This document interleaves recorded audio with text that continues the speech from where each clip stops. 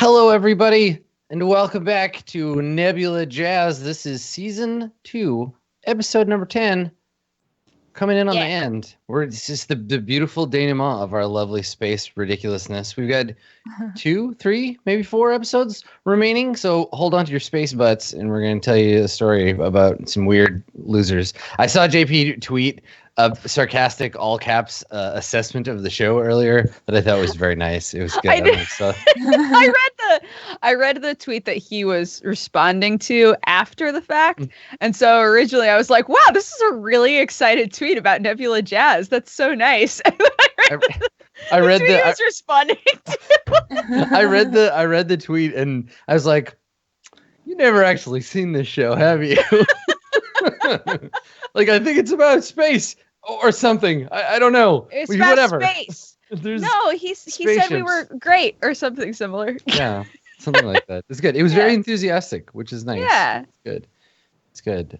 Yes, our overlord and producer doing the show from the strange Northlands today, which I appreciate because it's a stressful time trying to get a new house.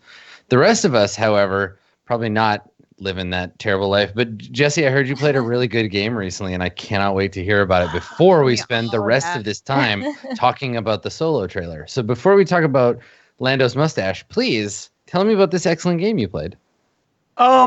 So yeah, the video will be out later tonight, but it's called Remothered Tormented Fathers.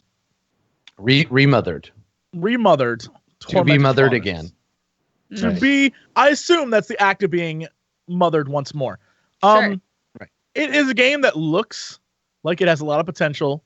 It looks like it's super scary and super exciting. I tried to take a moment here to write down some of the opening dialogue of this game, just to set you guys up for what an experience this is. It's this man talking to an old lady who looks like Maggie Smith, and he's talking to her. And he's like, so, tell me about yourself, like, what's going on with your life, that kind of stuff. She's setting the stage for this story. And she's like, where do you want me to start? I'm old, Mr. Manny. My memory is not one of my strong points. And he's like, why don't you start with why they call you Madame Svenska? And she replies, a name is just a trace. It is our business card, our identifier. It presents us to the world, but does not tell our story or really describe who we are. That's her response to what is your name? Why do people call you your name? That's her response. That continues for the rest of the. There's one point where the antagonists, the two main characters meet, and it's in this old man's study, and the protagonist is staring at this painting of like heaven and hell, and this old man walks in, and the first thing he says to her, they've never met before, he goes, tell me, do you believe in God? And she's like, why would I? And they have a 5-minute conversation about God, and then they sit down. He's like, so why are you here? And it's like, wait, what is happening in this game? It is an enlightening experience. And the rest of the time, an old naked man chases you. I'm not joking. A naked man chases you, and you have to hide. The way you can tell he's coming for you is you can see his butt cheeks, and you can tell his butt cheeks are lighter than the rest of the background. So that's how you know he's attacking you. That's the game. That's all right. Fascinating. When you look at the screenshots, it looks like it has a lot of potential. When you look at the screenshots, it kind of has like this vibe of being sort of telltale game quality of visuals. It's just. Was anything in this game spoopy at all? No, it is 100% a survival horror game in the oldest sense, where one point we got under a couch. We played 3 hours, and I maybe made an hour video out of it, because literally you hide and then wait. At one point we got under a couch, and he circled around in front of us 3 times, and slow. At one point he's like, where'd I put my pills? And then he looks into a plant. A fucking plant. Just looks into it, and then looks around some more, and then leaves. And during this period, you could tell he's looking for you because of the butt, right? Yes. Is that okay? You can see his legs. He's literally naked, but in boots, essentially. And it is a weird game. It's a game that I think is supposed to be very scary, because the guy chasing you is an old man with like a scythe. An old man, it's a naked metaphor. old man with a scythe. You're just like, I can't be afraid of this.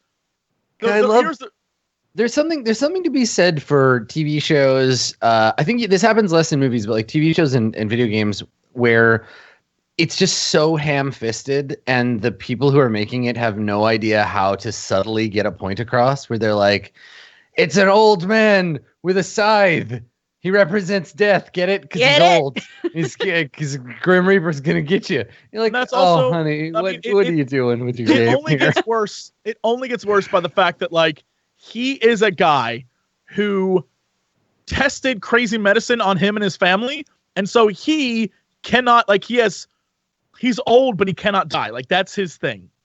So of course he now has a side. Like it is. There's definitely the potential. Like you can tell they're setting up other monsters, like worse things than him. The problem is getting to that is like. All right. So imagine. I have like, so many problems. I feel like I am old, but cannot die is like a bad Harlan Ellison story. Like. He can't do it. He's got to kill you instead because he can't have death. There's literally like the sound design is if you're in front of me talking to me and then I move around a wall for a minute, I'd be like, "Hey everybody, what's going?" Right? So you no longer know where he's at in relation to what's going on. He could literally be right next to you around a corner and you would not know because he talks to himself, so you wouldn't know. It would sound like he's upstairs, but he's around the corner. There's so much frustrating about this game. The guy, if you open a door too quickly, he can hear you from 3 floors up and he'll run down and kill you. Oh Dukes. Yes. I have an important question. Yes. Did you ever figure out why it's called Remothered and what remothering means? Can I tell you something? I want to take when the video goes up tonight, when we're done here. Yeah. Take 5 minutes, just watch the very, very beginning. Just to show you what kind of game we're working with. The main character is sitting outside of a car smoking a cigarette. She looks off into the distance. Literal jump scare title of Remothered with like flames and like moss and shit. Cut to her smoking again. That is legitimately, the title is a jump scare. Great. It is weird. It's a weird game. And if it wasn't impossible to play, I guarantee it would be like weird enough to love, but it's just like too difficult. Right. I don't know. What a bummer. Cause like the idea of playing a horror game where you're an old ass lady, I dig that idea. It's just very bizarre. There is something innately horrific about being old. It's true. And being chased by the naked elderly. Yes. No matter what age you are, that'll definitely get to you. If I ever met anyone and like someone said, "Hey, I'm Chuckle Nuts on Twitch," and I replied, "Hey, why do people call you Chuckle Nuts?" If I was at a Twitch party, the person responded to me, "A name is just a trace. It is our business card. Oh, dude, our identifier." I would be like, "You gotta start doing." No, see, on the one hand, yes, that kind of shit is super weird. But on the other hand, like that's the kind of shit I do at parties when strangers try to talk to me. Like someone comes and like, "Hey, are you Adam Koebel?" And I'm like, "Do you believe in God?" And they're just like, I follow you on Twitter," and I'm like, "What is a man?" I'm on that Dracula game. I know how that shit goes. That's how I do. So I feel this old lady on that jam. I get it. I feel it. It's a good way to keep people from talking to you at parties. Yeah. But so I'm hearing that the game was an interesting experience, but not necessarily one you would recommend. At least watch your video about it, but don't necessarily buy and play it yourself. I mean, I know there are people out there who have beaten it. I'd probably watch them over us, honestly, because we recorded 3 hours of footage and we got maybe, besides the 20-minute introduction cinematics and stuff, and like walking through the house, we got maybe a good 15 minutes of actual gameplay. The rest of it is literally being murdered, hiding, discovering the guy has like impossibly good hearing, like that kind of stuff. It's just, I'm sure there are people who are really, really good at it, at that type of survival horror. That's not us. We were not. We were like, we just want to play a weird game that was scary. This is none of those things. So, yeah. Oh, yeah. well. Yeah. Not to put too fine a point on it, but I'm not particularly interested in a video game where you spend most of the game in the closet. I've been there. I don't need it. No, Sam. That's really true. That's it. Sam, can we talk about Monster Hunter for a second? Did I ask you before if you completed your Nier Automata quest? Did you do it? I don't know the answer, so please. I did. Yeah, I did. Yeah. You got all the endings? Mm-hmm. Well, I didn't get like a few of the joke endings. I got all of the main endings. Yeah. Okay. So tell me what you thought about it, because I watched you play a little bit. And you were literally wearing a Nier shirt right now. You're in the part of the game I didn't like very much, but yeah. So I assume you're wearing the shirt. You didn't hate the game, dude. It was fucking incredible. It was amazing. And so many people, I think, play to the first ending and think that's it, and then that's like the prologue.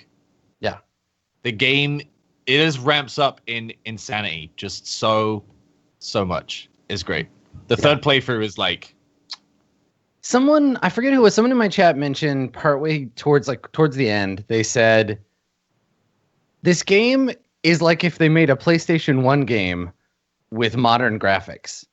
And I was like, oh, like aesthetically, it has this very like super early PS1 kind of like weird Japanese game that got translated over and no one really knows why vibe to it. It's very weird, and I loved it. That's what it's based on, right? Yeah. It's a follow-up to Nier. Yeah. And I was worried about that. And I always am, like, coming into a series partway through rather than playing all the games, because especially, and I don't know if this is true for you guys if you find this, but chat will be like, oh, this would make sense if you had played the first 15 games, but because you're coming into this, you don't understand the significance of the old man and the scythe and his high boots, okay?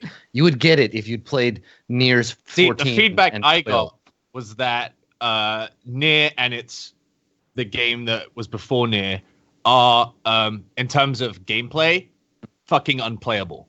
And so everyone was happy to provide that lore to me as I was playing the fun game.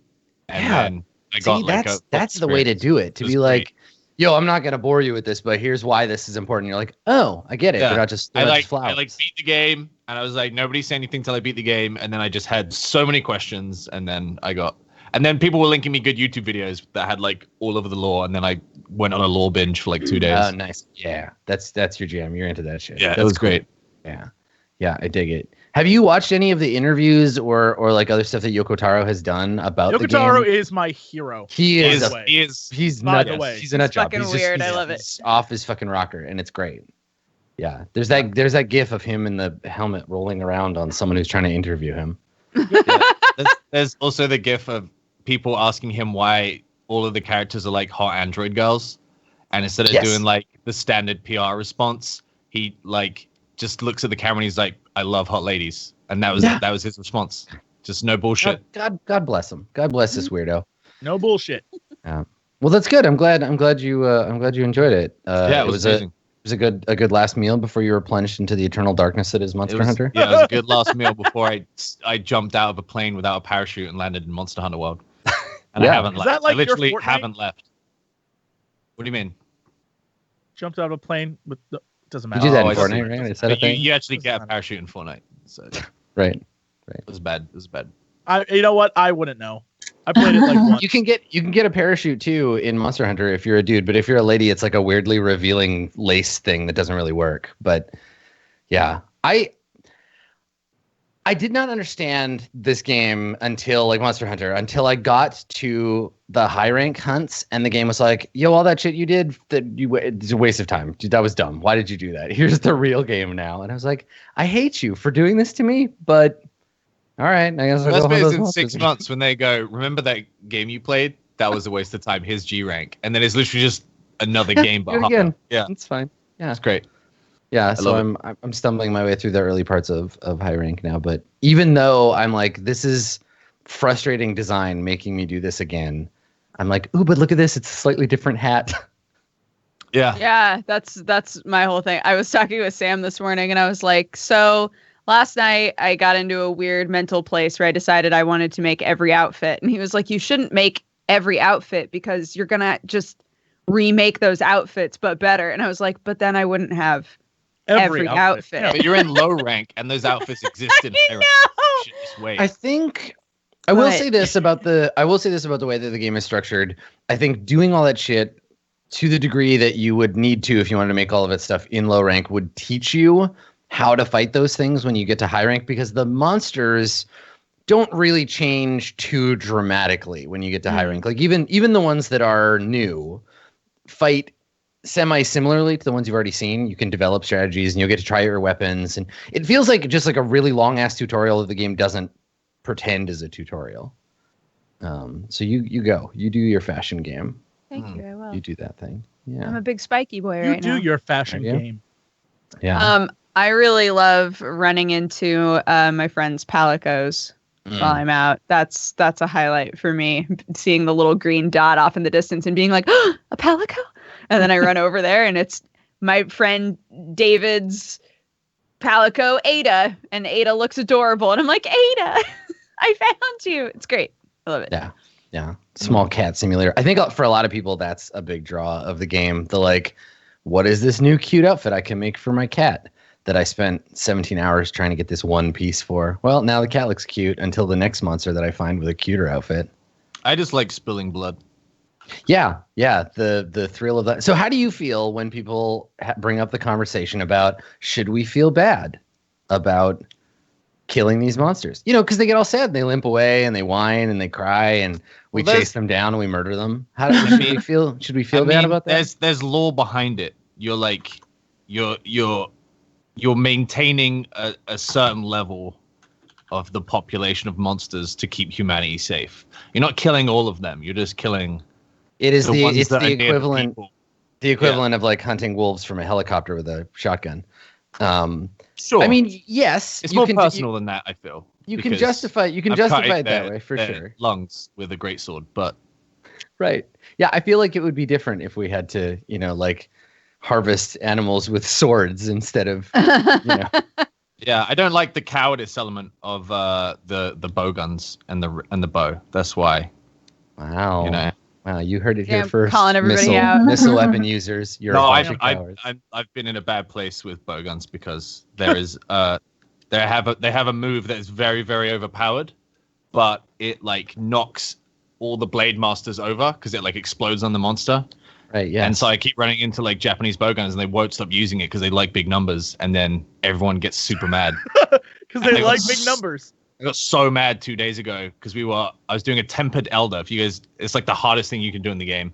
And it took us 37 minutes, which should have taken 10 because of this fucking bow gunner. And then when we were carving it, I hit them off a cliff. So they didn't get the carve. I was there. It happened. We call that the cycle of abuse. And it's generally not considered a good thing to do that. That's some Stranglethorn Vale shit right there is what that's about. Damn. You're like, I suffered. Now you must suffer. Yeah, they didn't get the rewards. But fair though. So for folks who might not know this, in Monster Hunter, there's no friendly fire per se. But if, for example, you were to charge up your hammer and spin around in circles really hard, and someone were to get in the way, they might get knocked over, and that would be their fault. They wouldn't take any damage, but they'd learn their lesson to stay the fuck away from you next time you're trying to fight that engine. Wow! That's all I'm saying. Wow! You hammer boys. Yeah. Sam's trying to, because I was telling Sam that I wanted to try out a different weapon. And he's convinced me to give the horn a try. 1% of players use the horn. I gotta know what it's like. I want to play music. Up the percentages today. What weapon do you play, Adam? I play hammer almost exclusively, and occasionally use the switch axe. 7% of the population play hammer. 7, huh? Yeah. Wow. Yeah. 29 play longsword because they're all weebs. I was about to Longsword say is fucking the number anime one. nerds. God damn it! Yeah, that'd be weird. Yeah. Whoever plays that. Get out of here, Sephiroth. I think most of the Japanese do because there's like an exclusive Japanese longsword, so they get to show it off. But yeah, I feel like exclusive Japanese longsword would be a great name for a band. It would. But yeah, I haven't stopped playing it since it came out. Yeah, I see that. My character has 170 hours. I'm hunter rank 69. Nice, good. Yep. So you're not going to be ranking up again. No, I'm probably going to play after the show. Yeah. Good. I'm trying to get to hunter rank 100 because you unlock a quest. I'm glad that we could give you something else to do for just a short period of time while you let your brain recover. Are you dreaming about Monster Hunter yet? Do you wake up in a cold sweat dreaming about Nergigante? Last night I Nergigante, and I had this brief flash of panic that was like, what happens if my PS4 breaks and I just lose my 69 Hunter ranks? And then I like snapped out and I was like, what the fuck? And then I went to sleep. Yeah, but that's a weird addictive thought. Yeah. Yeah. That's what if this thing I'm addicted to disappears? What if I were to wake up in the morning? Immediately followed by relief of like, I'll just start again. And then I went to sleep at peace. Like, what if I woke up in the morning? Well, I didn't actually. Suddenly all my Bitcoins were gone. What would I do? How would I deal with that? I didn't actually sleep because my lung is painful, but still. What? Basically, what he's saying is I have an inflamed right lung. How? You've gone from one terrible thing to another. Because my bronchitis was so bad that when I was coughing, I was like injuring the inside of it, and now it's inflamed, so it hurts when I breathe. So I have what are they called? Mm-hmm. Anti-inflammatories. Yeah. All right. But the one they gave me is an opoid, and I've been too scared to take it. Oh, dude, you have to. Oh no way. That's good. That's like what is gonna make you better. Yeah, but no, that's what I keep. I love how this conversation just went. A lot of medication, and she was like, "Yo, that shit's hella addictive." By the way, it's just but if you keep using it, like don't like OD on it, and you'll be fine. I love that this conversation went. My lung hurts, and the doctor gave me opioids, and I'm a little nervous to use them. And Jesse was like, "Fucking do it, do it, rip that shit, dude." Fucking give her. Instead, the doctor's not trying to like kill you; he's trying to help you, bro. But he was like, he let in, and he was like, "But take this as a last resort." Yeah, when a doctor uses a phrase like "last resort," you don't want to fuck around, right? He's taking high doses of ibuprofen because ibuprofen can act as an anti-inflammatory, and then we have the like super strong stuff for if the ibuprofen doesn't work. But there have been multiple times where Sam's like, "God, it just hurts so bad," and I'm like, we have a thing for that. Here's a cyanide capsule. Take it as a last resort. Like, just I feel your Here's anxiety. A gun and a bullet. Exactly. Yeah. This is a revolver.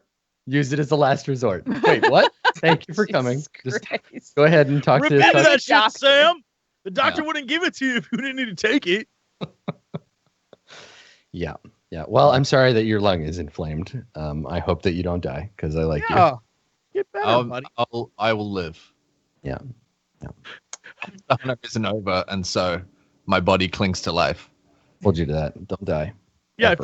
I feel like that was less of a like, don't worry, I will live, and more of a like, I will live. I mean, the hunter rank goes up to 999, so I'm. Oh God! Like we'll never die. As I say, as Sam gets close, he's like hunter rank 990. We're all like in Japan at Capcom, being like, "Please add more ranks to the game, please." He's going to die if he reaches. Sam, he's gonna die. He'll just give up on life if he reaches hunter rank 999. Yeah. Don't do this to us. Well, as usual, discussing Sam's approach to video games leaves us all feeling a little worried about him, but that's okay. You do you, buddy. Pokket, how are you doing? I'm doing great. What have you been up to? It's fantastic. I haven't been playing Monster Hunter. Sorry to disappoint. I heard that. No, that's not disappointing. Otherwise, we would just be talking about Monster Hunter for the next 4 hours. I've decided I'm waiting till it comes to PC a long time from now. So I'll be waiting. I've been playing Subnautica still, and I never thought that just swimming through the ocean and collecting shit like eggs and stuff would just be so fun and terrifying at the same time. I have like breeding grounds now. I keep them in there, and based on their cuteness, I'll either feed them to my generators for power or keep them. It's totally normal. I'm totally normal. That is normal, yeah. Yeah, I have a cousin who does the same thing with guinea pigs. Yeah. So that's a normal thing to do. It's fine. They're just video games. You don't have to feel bad for video game animals. We know this. This is true. I'm building my spaceship. I'm doing so much stuff, cool stuff right now. It's a really interesting premise though, because I was like, man, it'd be cool if they made this like also on land as well. But then it would just be, it feels like it's what No Man's Sky should have been almost. Because it's very in depth. But was like, it would be interesting if they had like a thing where it was on land as well. But there's something that's like so scary about underwater. I don't know what it is. It's just like it, because the further you go down, it doesn't matter if it's daylight or not. It just gets so dark and scary. And I've like screamed from at little some point. fish. At some point, under the ocean is indistinguishable from in space, right? Like it's the hostilest possible environment on Earth. You can't see and you can't breathe. And I'm sorry if I'm giving anybody in chat that has ocean fear a panic attack, but like, I mean, I think that's the thing. It's the thing. Yes, the people in chat. Listen, relax, chat. You'll be long dead before you get to the depths. The ocean. The thing is, at that depth, Jesse, the thing of which you fear is not. It also can't survive. So you're safe. You're safe down in the depths. You're wrong. You don't know what's down there. We don't know what's down there. Man does not know what's down that deep. Dude, have you seen some of the creatures that like they've got caught on camera? Just like giant wispy sheets with tentacles and stuff. That that shit's cool. I want to go down there and just see all the creepy creatures.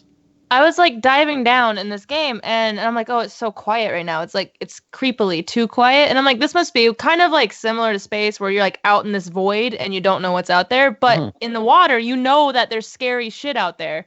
So it's not like space where you're like, oh, there's really nothing. It's like so much scary because then you hear like a screech type noise and you're like, where's that coming from? I can't see anything. And then you turn around and it just like flies at you. It's absolutely, it's like a scary game without being a scary game. I've absolutely had a blast playing it though, and I don't look forward to it being over. I don't look forward to winning. So is that a thing? Yeah. Can you win at that game? I thought it was like Minecraft. Nope, you can win. No, you can. Yeah, there's an end, and that it is to escape pretty much. So that's the gist. That's the most general thing. No, to escape from the alien planet you land on. Because I was gonna say, because I think just escaping from the ocean is the plot of The Little Mermaid. I mean, that's my goal is to escape from the ocean because it's terrifying. There's so many noises where you're like, I'm over it. Like one fish literally sounds like a T-Rex, and I'm just like, why? He's not even that scary of a fish, and he sounds like a T-Rex. Oh, freak you out, girl. I can't. And then you see anything you see once you get past like 400 feet under the ocean, or, down 400 meters down. It's just terrifying. Even if it's nice, it's terrifying. So we're just not meant to go into the ocean. Right? The ocean is its own jam. Wait, and we're over here on the land. It's an alien ocean, but now people will just think those things are in our ocean instead. I mean, you can tell that they grabbed a lot of inspiration from actual like ocean creatures. Like I have that problem. I have that problem with video games a lot too. Like I played a lot of Mortal Kombat, and now I'm afraid of ninjas shooting grappling hooks at me. So I'm sure people will not be able to tell the difference between the video game and real life. You say that, but on the regular, I love that. Like every time you leave your house, you look both ways. Yeah, you got to check in case the scorpion, because he's gonna get you. He'll be walking here. It's not cool. You got to look out for those ninja, the Lin Kuei. They're going to get you. Yeah. What a name drop. Yeah, right. I know that because I played a lot of Mortal Kombat 2 as a child. Of course. Yeah, of course. I'm not because I'm afraid of them as an adult at all. No. Yeah, so it's Subnautica. So what are you going to do when you're done? I've already got it ready. I'm gonna be going and doing the Skyrim playthrough. I'm gonna try and get everything done. I put it on hold because everyone's like, I think you'd like Subnautica. You should try it. And I was like, it looks dumb. I don't think I'd like it. And they're like, literally, it's base building and survival. That's what you like. Yeah. I'm like, okay, I'll give it a shot. Yeah. And now I've been like building this mega base. There's even people that popped into my stream and they're like, her base is like 3 times bigger than mine ever was. I've gotten everything. I'm building everything. There's these things called cuttlefish, and they are the cutest thing in existence. I want one in real life. They're not real, but I want one. And there's only like 4 or 5 confirmed. No, cuddlefish with D's. Cuttlefish. Oh. You Americans can't differentiate because you use T's and D's the exact same. Dodger, we had the exact same response. They're like, wait, they are real. Don't tell her. Just let her. Like cuddle. Right, got it. And you can once you find the egg and hatch it, you can take it outside of the aquarium and it'll follow you around and do tricks. And there's only like 4 eggs or something, or 5 eggs, and they're really hard to find apparently. I don't know. I'm way too into it, guys. I have a question. Are you gonna use a ton of mods for Skyrim? Oh yeah, I've already got 80, I think. A lot of them are add-ons, like city add-ons and quest add-ons, so that way there's more content. Personally, I tend to prefer when game developers make my game for me, and I don't have to assemble it from the Lego blocks of fandom. But it's been out a long time, and people need new. It's like you're married to a game for a while, and things start getting a little. So you download a sexy mod to bring a little spice back into the game. Everybody's vampires now. Yeah. Like I wanted to do that because I've already played like halfway through the game, and I'm like, well, I want it to be kind of new and have new things in there, so I added the mods, and so hopefully it's even fresh for me, even though I haven't beaten the story yet. Well, I hope that you have a good time with Skyrim, the game that everyone has played 1,000 times. But you know what? There may be some joy yet to wring from that joyless sponge. I can't believe they re-released that game like 7 times. And it worked. Dude, it's gonna be 1,000. It's 1,000 years from now. 1,000 years from now, and Monster Hunter will finally be releasing for PC as we all ascend our human bodies into the stars, and someone will be re-releasing fucking Skyrim for whatever platform. What do they do? Because it's been like 6 years, and they've just kept re-releasing. Do they like not? They come into work, they like high five, they have coffee, they like play darts, and then they're like, man, it's a good racket. Nearly time to re-release it on Switch. And one guy just hits a button and is like, all right, did it. Hit a button, it just starts the production line. The imaginary code. We've done it. It's not. They don't make real things. Yeah. So I want to make sure before we start, there's something very important that we need to discuss. There's something I need to talk to you about, and that's the Solo trailer. Can we please just take a minute? I see. Okay. I don't even care that much about Star Wars, and I was like, that's fucking cool, man. All right, so we got one cool man. Any dissenting opinions? I see Jesse praying or thinking. Can we talk about how? Did you say you haven't seen the trailer? The trailer. Is that on purpose? You've been playing Monster Hunter so much. You cannot do anything. I haven't seen the trailer. It's okay. It's fine. You'll be okay. Should I? Yeah, I think so. Well, there's two, right? There's the teaser that doesn't really tell you anything. And then there's the immediate trailer that came out the day after that's like a little bit more information. And I went from the teaser being like, and then the trailer I watched this morning, I was like, okay, yeah, sure. I think I watched the teaser. Was that the Super Bowl one? Yeah, the 1 minute one. And then there's a 1 minute, 30-second one. Oh, okay. I've only seen the teaser. I still thought it looked, I thought it looked okay. I think that I'm kind of with some of the comments though, like, I feel like some Star Wars fans, no matter what, are just going to give this guy shit because he's not Harrison Ford. Yeah. I feel like no matter what, like some people just aren't going to let him live up to the fact that he's not Harrison Ford, even if he does a good job. I mean, I only saw him for a split second in that teaser, but he looked so similar. I was like, whoa. They actually got a guy who looks really, really similar to him. But I'm sure he understands like the shoes that he's stepping into right when he took the role. But I think I'm excited no matter what because we get more story of like these characters. So yeah, I was saying that. Yeah, it's really liked that. Yeah, that was I was saying that I think the thing is like as someone who like knows the backstory of Han Solo, the thing that'll be interesting for me is being like what did they pick to keep and what did they get rid of? Like absolutely, yeah. It's like watching something that's based on a book, but you know that they're basing it on only some things in it. So I'm like, okay, so he's still in the Imperial Navy. That's cool. What else is like the same? What's different? Curly and Bloodstripe. What's going on? Chewbacca was in the trailer, and I was like, whoa, that seems early. That seems a little early. I kind of figured they'd like ease into that, but nope. Just like here's Lando, here's Chewie, here's Han. So maybe it's closer to Star Wars than I thought it was going to be. I don't know. What do you think, Jesse? I'd like to hear your opinion on this matter. Here's the real deal. 3 things. Hit us with the real deal. One, that shot of the Star Destroyer going through that storm thing is fucking awesome. That's what graphics are for. 2, that train looks so goddamn cool. 3, this just made me realize I wish we had a Lando Calrissian movie instead. I'm going to say it. I don't give a shit about Lando's story. I know his story. It's really not that cool. Everyone, Han. It should literally be like Han's story should be exactly what it is. He was an Imperial. He saved Chewbacca. He went on the run. That's pretty much Han's story is really dull. It is pretty much just like, I love the Empire. Wait, the Empire's bad. Hey, there's a cute puppy. Why you're Chewbacca? Let's go. The end. Yes, that's absolutely. It's like a very JRPG story. Like, I'm gonna work for these guys because they're in charge. They're the evil ones. Okay, I'm gonna save these guys.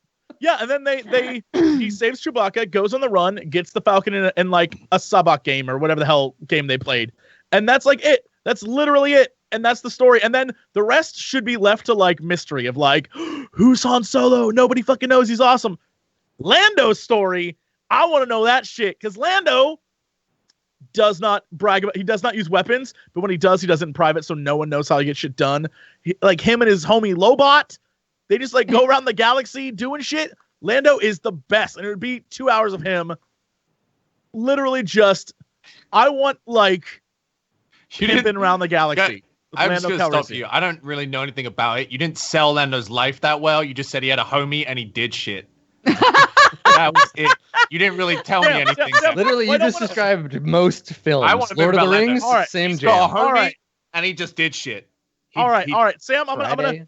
The Lando comic starts this way. This is 6 issues of the best comic that there ever was. Lando wakes up in bed next to this woman who turns out to be an Imperial Moff, and he's like, "Yo, baby," and she's like, "Oh, Lando." And then he goes over to a trophy case or whatever, takes an artifact from her, and she's like, "What the fuck are you doing?" He's like, "I'm taking this because I'm fucking Lando Calrissian." And she's like, "I'll kill you." He's like, "No, you won't, because then you have to admit that you slept with me, Lando Calrissian." And she's like, "Damn you, Lando, you're so goddamn hot." And he like pieces out and takes the artifact, and she's like, "I'll get you, Lando Calrissian." That's his life. That's how he wakes up in the morning. That's cool. He's cool as shit. Lando is too cool for reality. Yeah. Well, I mean, that's why I'm hoping, like, that's the thing about Han, is that everything around him is cooler than he is. And he just thinks he's the hot shit. And Chewie is cool, and the Millennium Falcon is cool, and Lando is cool, but Han is a jar of mayonnaise, so forget about it. So hopefully they'll be able to, like, appreciate or do something with that instead of trying to make it seem like Han is super cool and awesome. I feel like they're going to use it to open it up to a lot of other characters as well. Like, I try not to pay too much attention because I hate when I feel like they spoil anything I'm passionate about, like Star Wars. I hate when they spoil. So I've only paid like loose attention, but people were saying like they reference Mandalorians in it. Is that true? I have no clue. I don't know. That's what I mean, told. Maybe one of those things where it's like on a wall. Like, remember when the Force Awakens trailer came out and there was like a Mandalorian symbol in a flag? People were like, "Oh, you know what this means?" And it was like, but not that at all. Didn't you see the flashback with Rey and a Boba Fett looking character was standing near Kylo Ren with the 5 other dudes? And listen, just because a man in the Star Wars universe wears a helmet does not make him a Mandalorian. Listen, it looked like Boba Fett, and I swear to God, I need a Boba Fett movie. And if this is how they're going to do it, introduce him in this, please. Please. I feel like that would be like the Muppet Babies of Star Wars if they did that. If they were like, Han's 12 and it'd be Gotham, which was the Muppet Babies of Batman. It would be like, here's Han Solo. The Jedi killed him. The Jedi killed my dad. Yeah, I hate that kid's voice. Dad, come on, Dad. Use the lasers, Dad. That's fucking. Wait, what is that from? It's a really good New Zealand accent. It's okay, Dad. I don't like the Boba Fett one from like, okay, this is how I fucking talk and I'm awesome, to like, all right, let's do it, Dad. I don't, it drives me crazy. Oh, he cut me Dad's head off. I don't like it. I just don't like it. What are you doing? That's Boba Fett's accent. That is Boba Fett, the kid's accent. It just sounds It sounds like you're trying to do a weird South African accent. That is how he talks. It's New Zealand. He's a kid from New Zealand. But no, like, I like it. It's good stuff.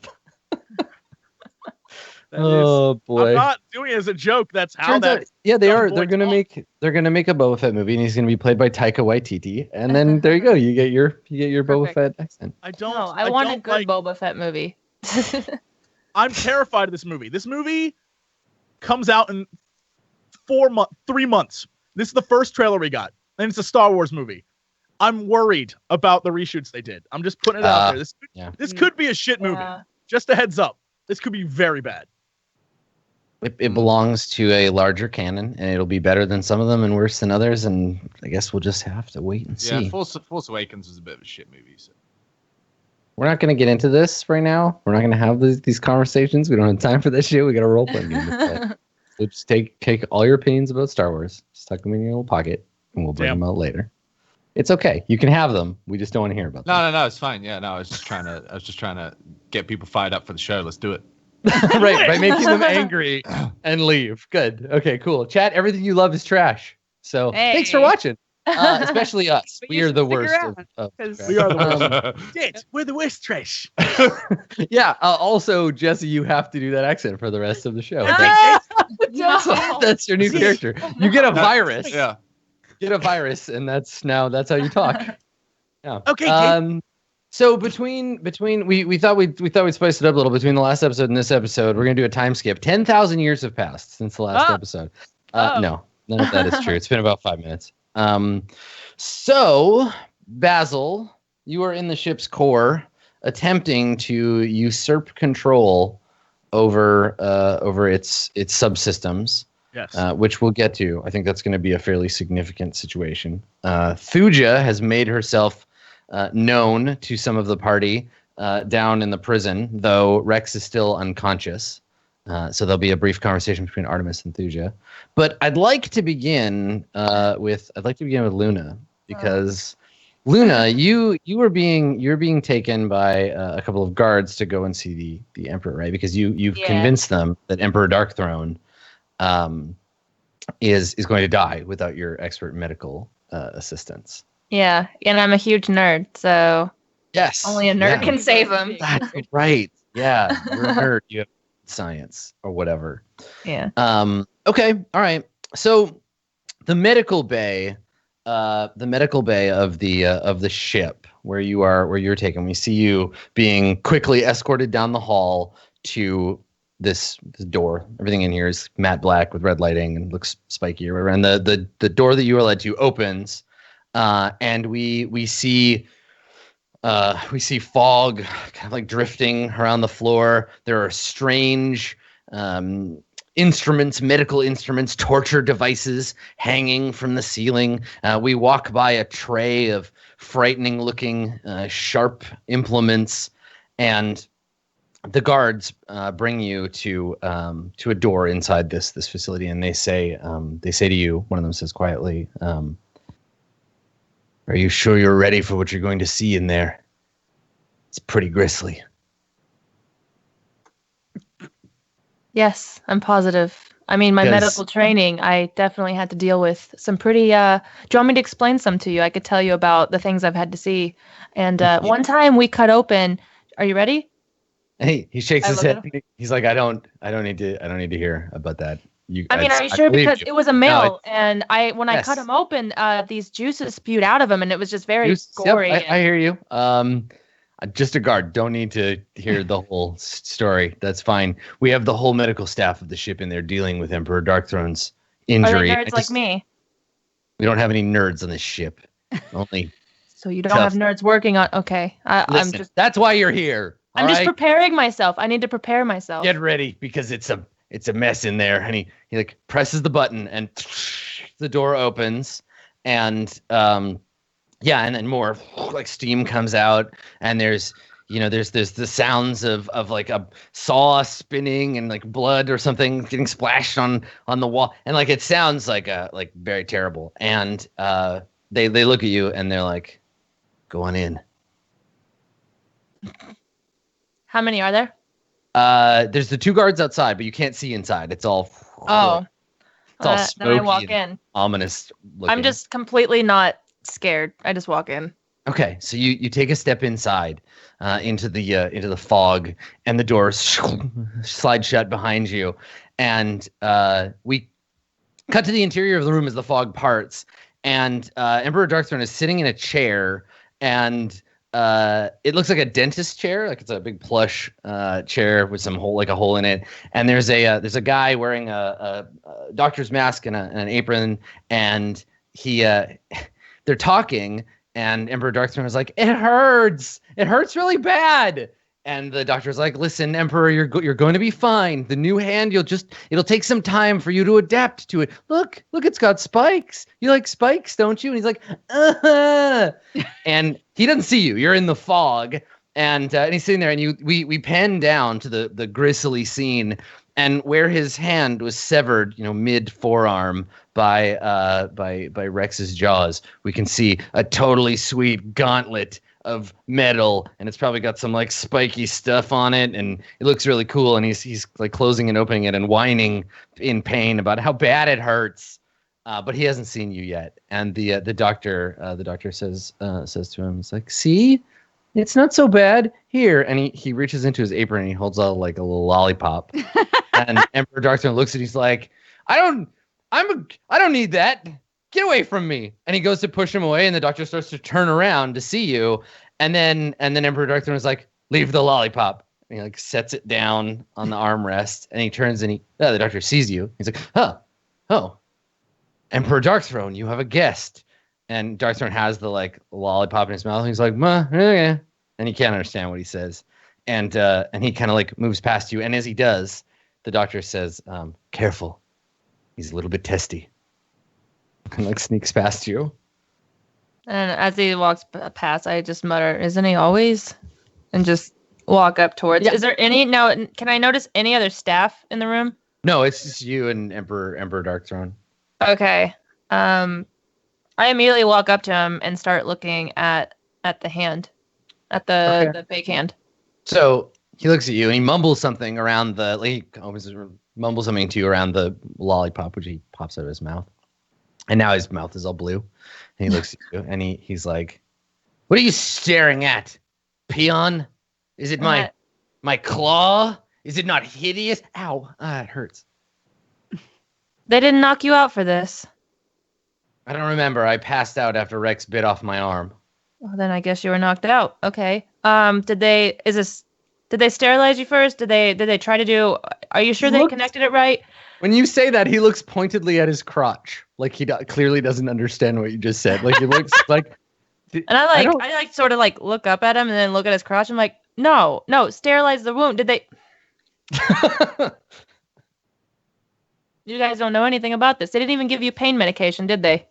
We don't have any. I like tap it as I do that to have it like vibrate. Bong, bong. And he's like, the pain is what tells us we are still alive, and tough and cool and everything.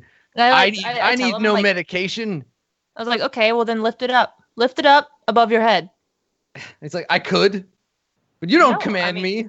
I believe you. I believe that you could, but I just want to make sure. I believe you though. I believe that's why I'm asking. He stares at you like, you can't, you're not bossing me. Like, well, I want to make sure it works. I want to make sure they hooked it up correctly. Why do you care so much all of a sudden? Aren't you more concerned about your turncoat friend? Clearly that's the reason, because, I'm here instead of there. It's because I care more about them. I mean, clearly, I could serve a bunch of rebels, or I could come serve an emperor. But I could just go if you want and take care of them. He goes to do the like, yes, I am, and he can't quite. He's just like, yes, you know what you said. I'm great. It's fine. Soon I will have full control over this horrific appendage, and I will use it to strangle the life from that hideous sharkanoid. I'm like, I don't think it looks that horrific. It looks pretty normal to me. I mean, it's kind of cool. You got little spikes here, and I like rub a spike. Yeah. He looks at it, he's like, "What? You don't think it's horrific? Oh, come on. Like, is it it's scary though, right? Like," and he flexes it and goes like. Oh, I mean, yeah, it's definitely intimidating. I wouldn't want to get in a fight. Thank you. That's what I said. I feel like if anything, your friend has only improved my combat prowess. I was thinking about having the whole thing replaced, just all metal and spikes, with maybe like my face on the front of a. Have you ever thought about just doing half your face? That way you have like your face, but then half of it is that it'd be very intimidating. I mean, it would still be showing you though. It'd be showing you. And also a very metal version of you. Yes, well, we'll give it time. Let my arm recover first. Get used to this new mechanical terror I have become. But do you plan on fighting Rex again?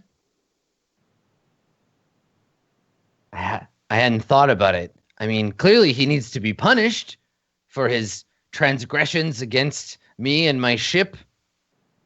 So you're gonna get back in the ring with him? You're just gonna go back out there and? Did you have another idea? No, I think you should take some pain meds first. I just don't know if you'll be able to. Do you have anything strong? Any strong? The only thing strong around here is me. And he's like a little pale, and you can see him like sweating a little bit. I reach into my bag and I pull out like this flask, and it's looks pristine, like it's never been touched. And I'm like, well, this might help, and it's actually just alcohol. It's just alcohol. Right. It's just very strong. It's like the tequila, space tequila, pretty much. Right. So he looks at it and he says, "Is that alcohol, which I recognize because I drink it all the time?" Yeah. "Give that to me." And he like takes it from you.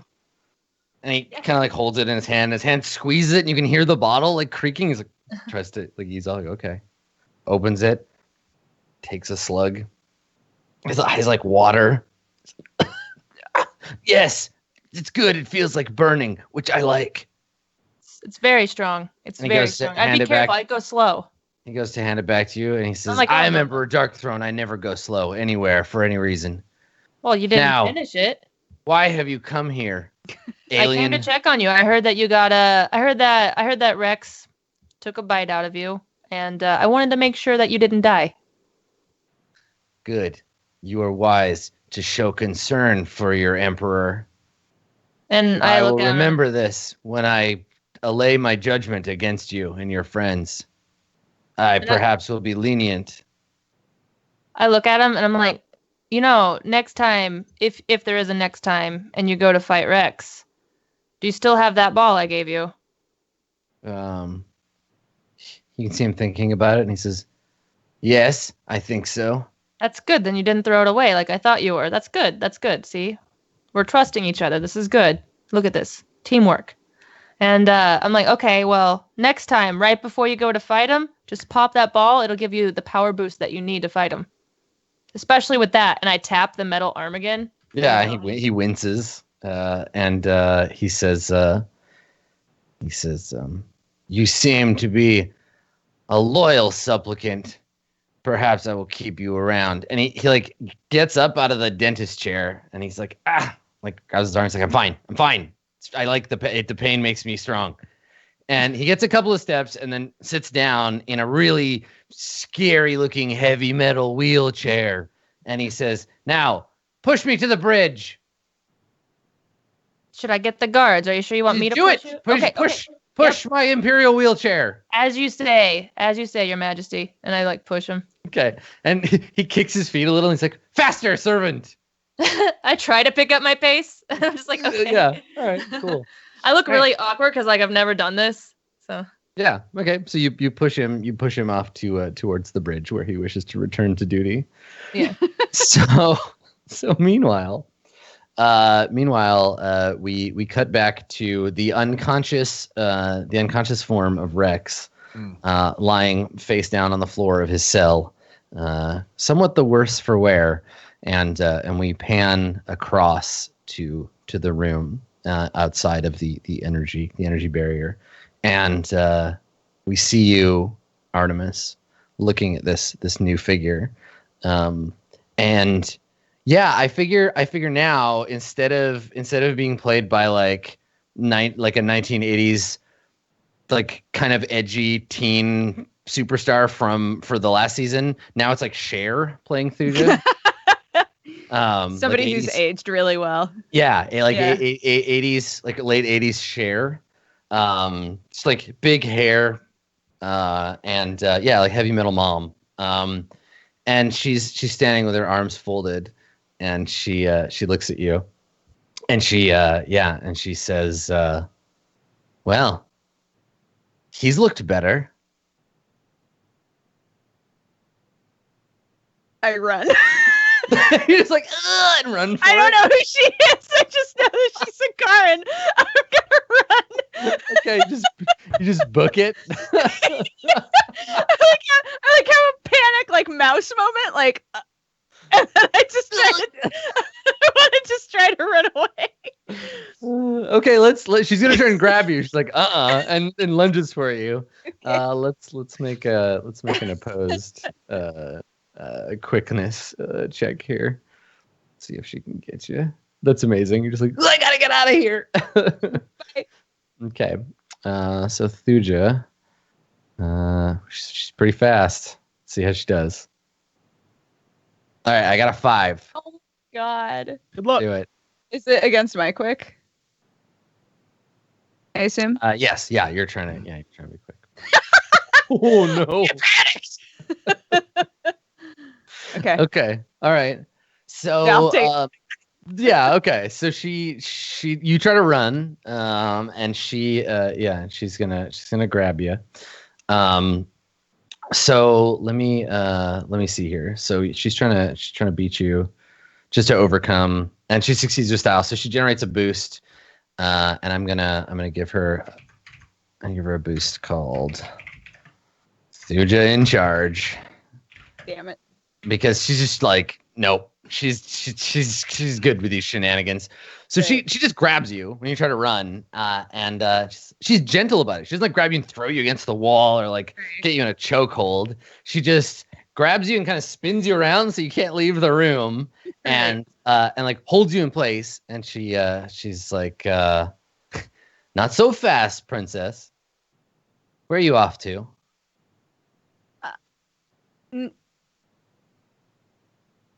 No, nowhere. And are you disguised or? I'm wrapped up still. I haven't had a reason to take the hood off. Okay. So she says she's like holding you in place, and she's like, wait a second, you're not one of the crew. Who are you? No one. She shakes her head and smiles, and you can see her like her fangs. And it's not a like, I've got you now kind of smile. She's just like, right. Oh, honey, nobody's no one. Let's get that hood off. And she like reaches up to. I try to stop her. Okay, yeah, let's roll. She's just gonna be like no, like hold your. Basically, she'll pin you. She's just momming me really hard right now. Yeah. Pretty Okay. much. What do I roll? She's gonna use forceful. How do you stop her? Are you trying to like wriggle free or? I think I'm trying to just like. I guess mine would be forceful too, because I'm sort of trying to just like keep it on, even though that's not gonna work. Yeah, trying to just like push her away. Oh, she's even more forceful than she was quick. I got a 6. You got a 1. Jesus. Like, you can't beat Thuja. She's just a boss. Yeah.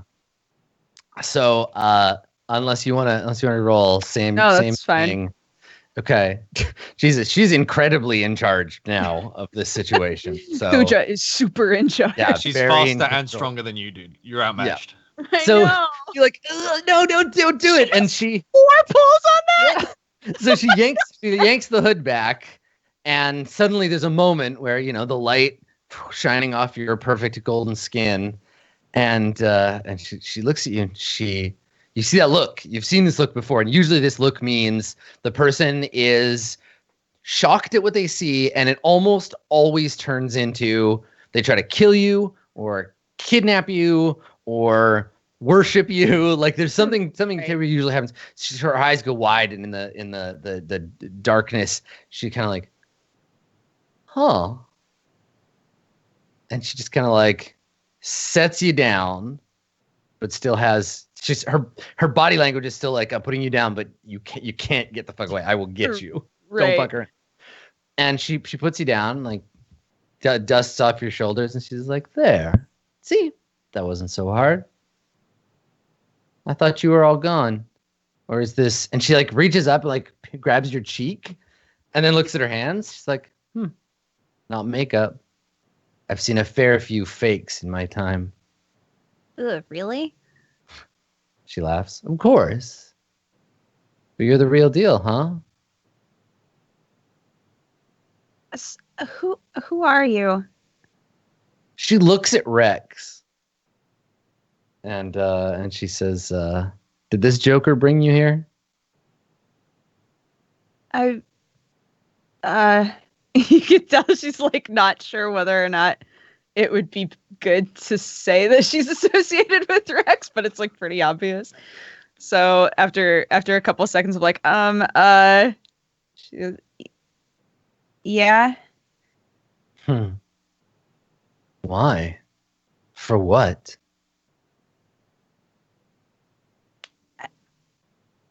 I don't know if I should say.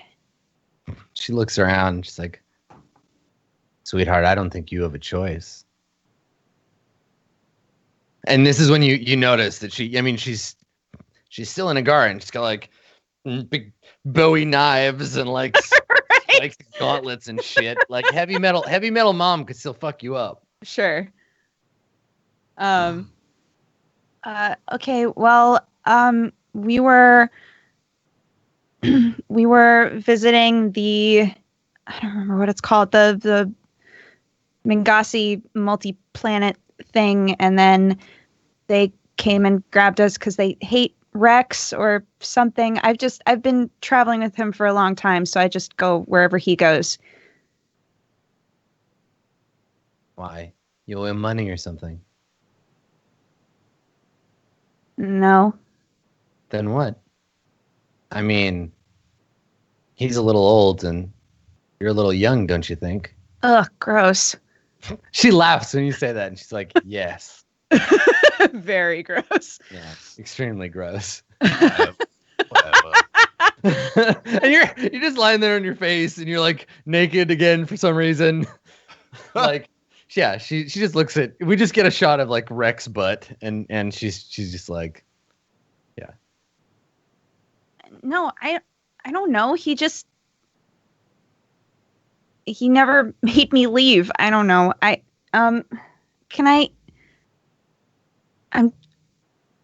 just wanted to talk to him, but he's, Yeah, he gets that way. He'll wake up eventually. I don't think anything Emperor Darkthrone did to him is going to last. I got stabbed in the neck. He'll be fine.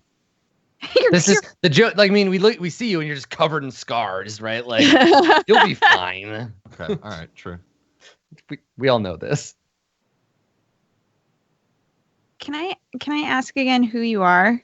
I definitely haven't seen you, and not to sound weird, but you stand out a little. She looks around. What? Here? Like, I stand out among these people? Yeah, you look awesome, and they all look like doofuses. She laughs. She's like, times change. Things aren't what they used to be for the Ugarans. Though I guess we've been saying that a long time now.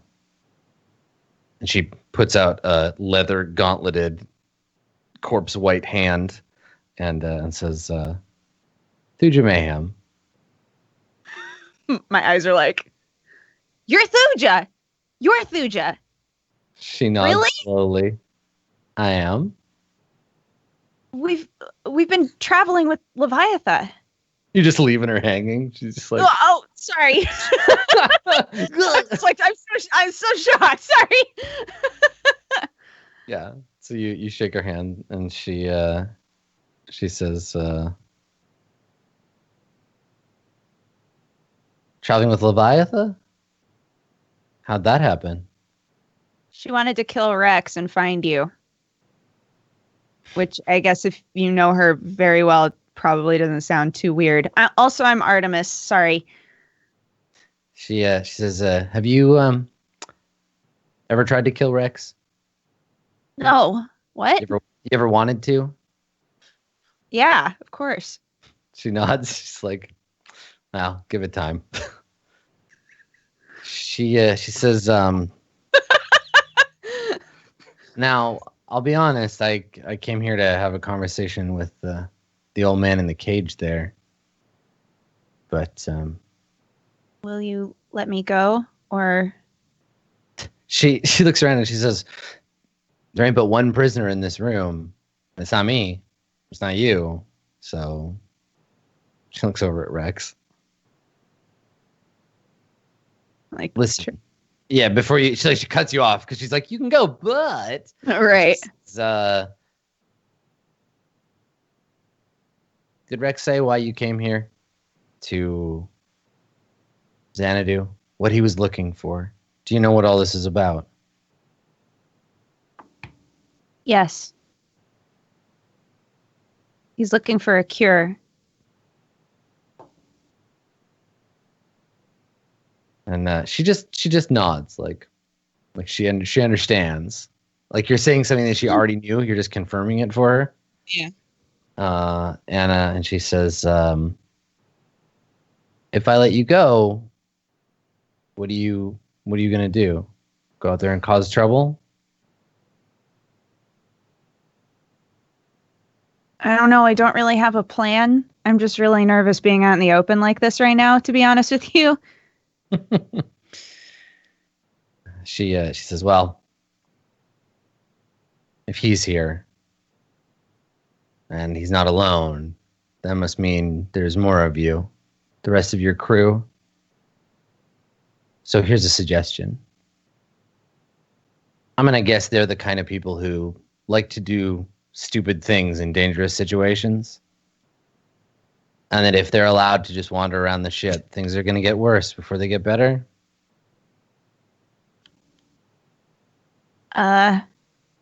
Yeah. Go find your friends, honey. Make sure they don't, I don't know, crash us into the sun or something. Okay. I like run back out the way I came. Yeah. So you leave, and she turns, and we see Rex starting to wake up. And she walks. We see her. Last thing we see before the door closes, her walking towards the force field, and saying, "Honey, wake up!" And then the door closes.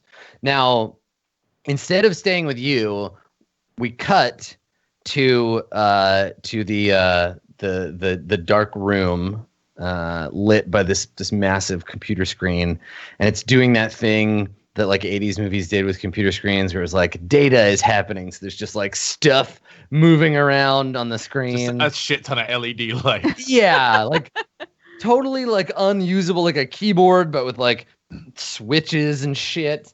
And then silhouetted against the red, we see Basil. And Basil, you are before the console of the ship. You have access to the ship systems, but not like you can look through it and use it as a user would. But if you want to, I don't know, insert your intelligence into the Storm of Light's bane, it's going to take some conflict rather than just plugging in and away you go. Sure. So what do you do? As the camera sort of pans in, yeah, I'm less intense hacking and more sort of reclining in a bespiked chair, and just sort of humming to myself. To me, this is all just a matter of time, and I can crack anything, and I'm totally not even worried. So it's just a little hum and all attitude and all cocky, and Sure. It just sort of like tapping on essentially just colors, like colored squares. Like you're playing Simon. Like, So I think yeah, you finish a sequence, right? Where you're like boop boop beep boop, and then the screen goes black, and all there is on the screen is a single prompt, and it just says "hack it" with a question mark, and then yes or no. I look at the screen, I'm like, yes. So you hit the button, and the screen it like flies away in blocks. It like flies apart, and a very very pixelated, like computerized looking skull appears on the screen, and it says to you, it's like, "Welcome to the mainframe, hacker. Dare you contest with me, the computer?" I type into the colors /forward. And then the skull says, "Let's do this." And then sunglasses appear on the skull's face, and it lights on fire, but like really pixelated fire. Is this Mirror Shades? So yeah, right. Playing Mirror Shades right now? So this is gonna be we're gonna have a hack off between you and the computer. I want the hack off to just be a fucking game of Pong.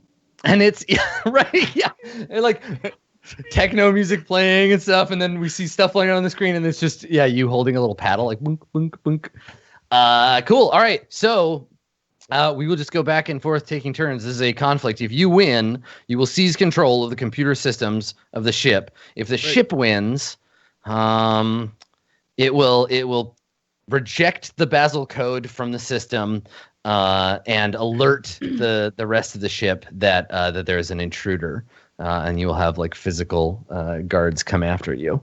So you have the opening gambit. What do you do?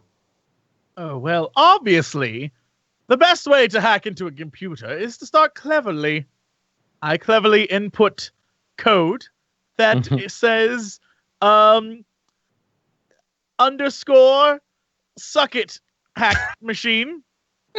Yes, of So course. clever. Yes, Very good. clever. All right. They never expect that. Cool.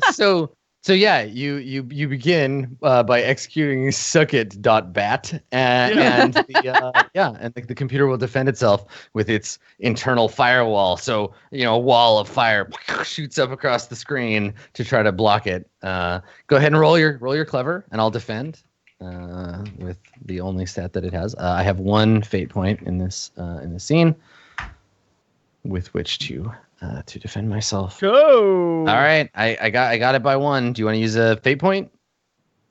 Sure, of course. This is I want to do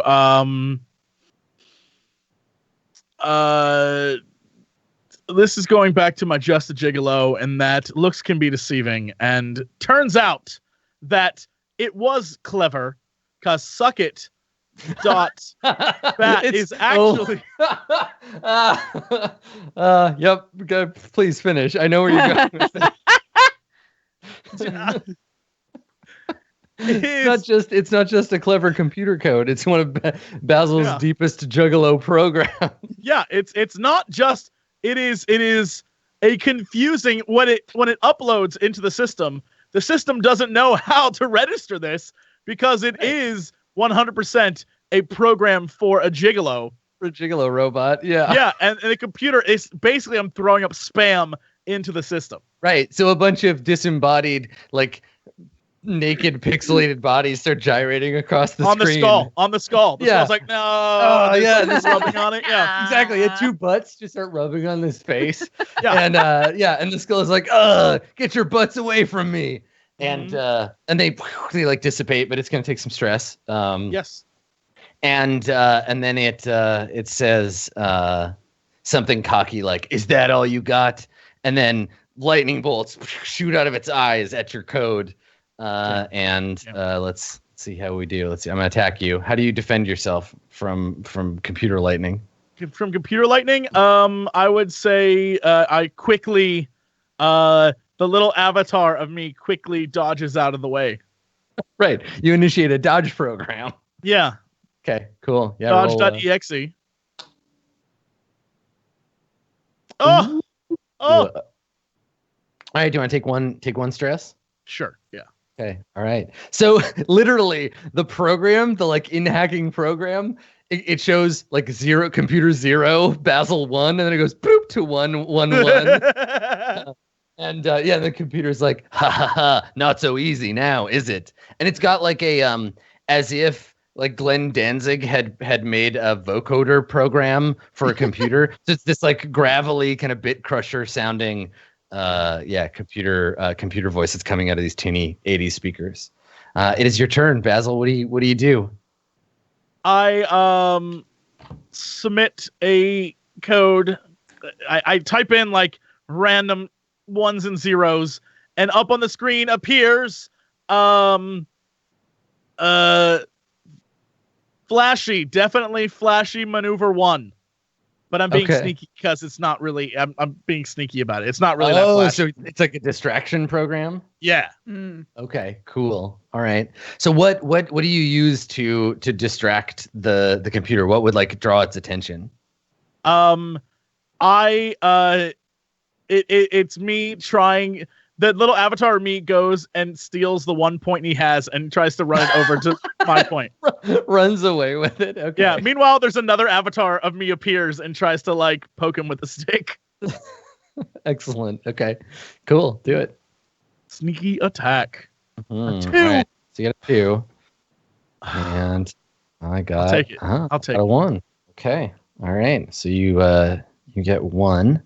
Yeah, and I'll take that. I'll take that stress. Okay. Yeah, so that's what happens. You just steal the computer's point while you're distracting it, and then it's going to execute a total system, like a user purge. So we cut to other rooms where people are doing like legitimate like ship management stuff, and their console just goes dead. And so there's like a bunch of people looking at you like, what happened to the computer? And so it tries to shut you and everyone else out of the system. Okay. I got a 3. How do you defend yourself from this system purge? I attempt to I'm trying to think of what I as a system tries to purge, I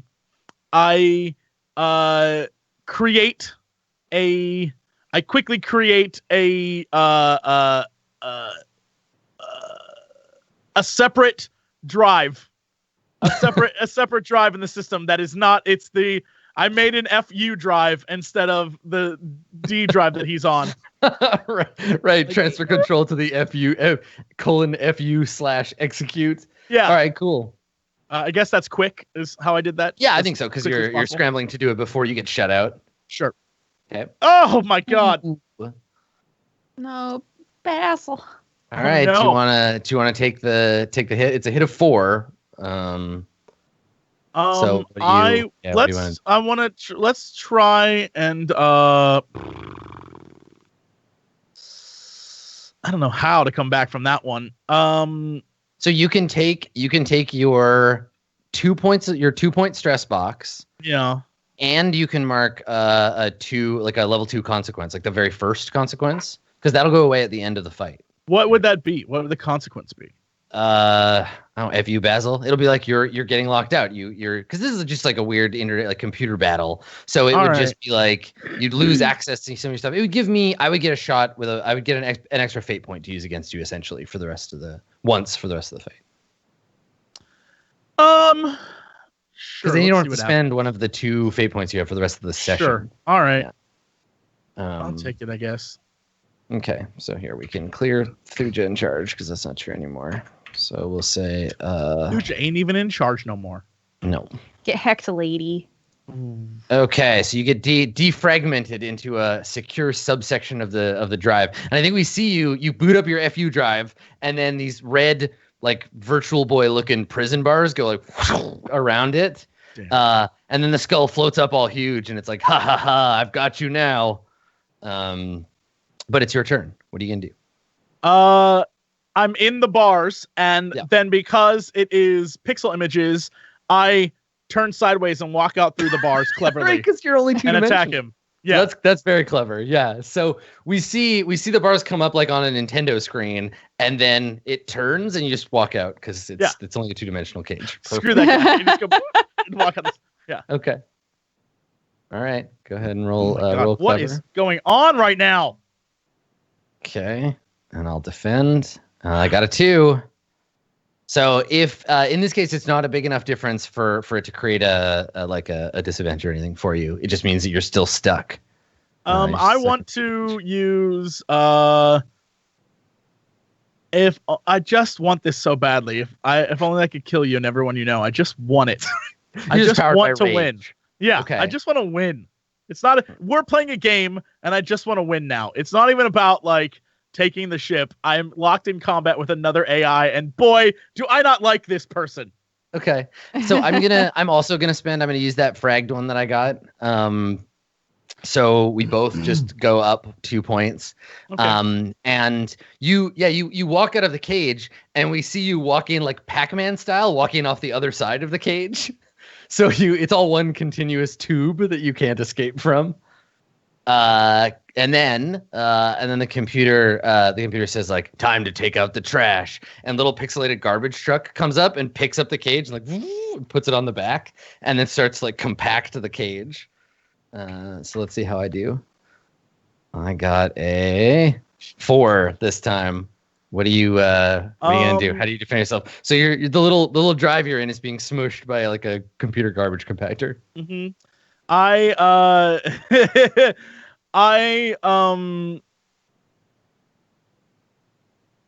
allow it to be smushed.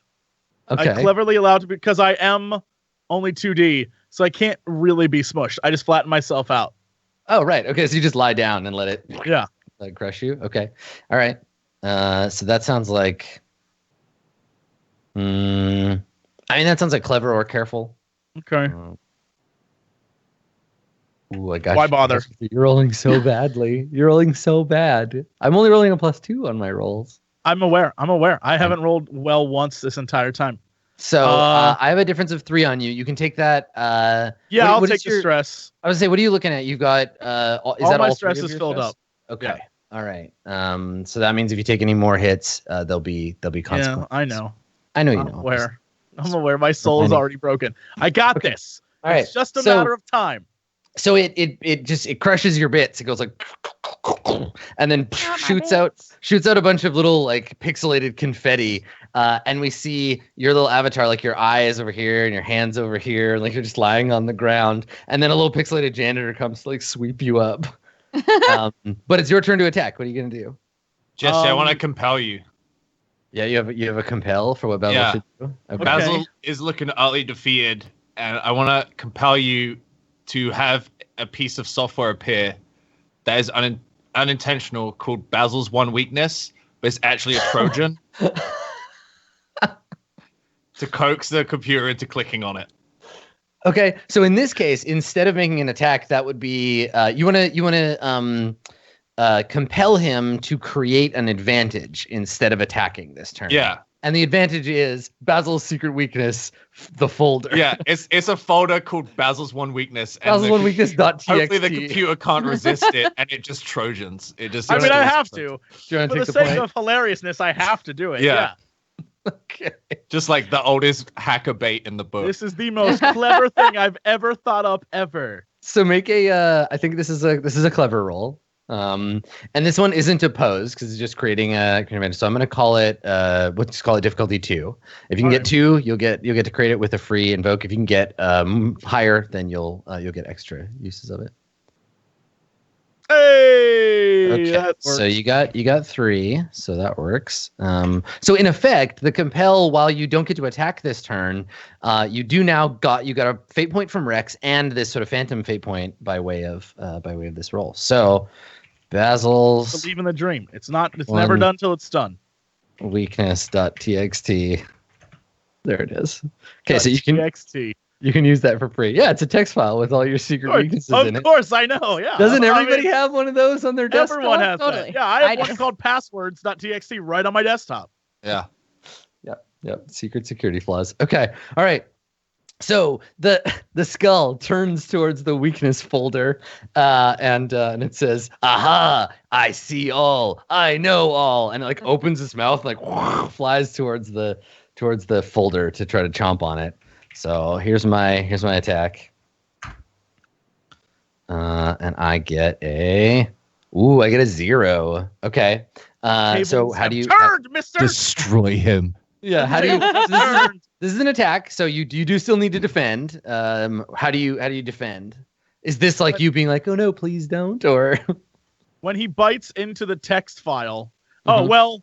Do you want a result for the text file, or do you want me to? No. So the thing is, he's gonna go and try to eat up the text file, which actually will, like, if he destroys it, it still damages your subsystem. But all you're doing is defending. So you could be buying time or whatever you want to do there.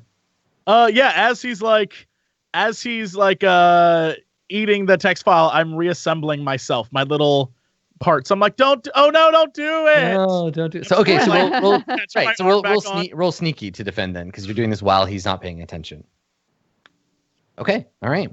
So you defended, but you don't have enough to generate a new boost. But that's okay. He doesn't get to do you any damage this turn. And now it is your turn, Basil. So he flies over and the big sharp teeth of the skull chomp down on Basil's one weakness.txt. You can make your attack. What do you want to do? when he bites down, the file is what? How do you say that? The like ASCII? ASCII. Yeah.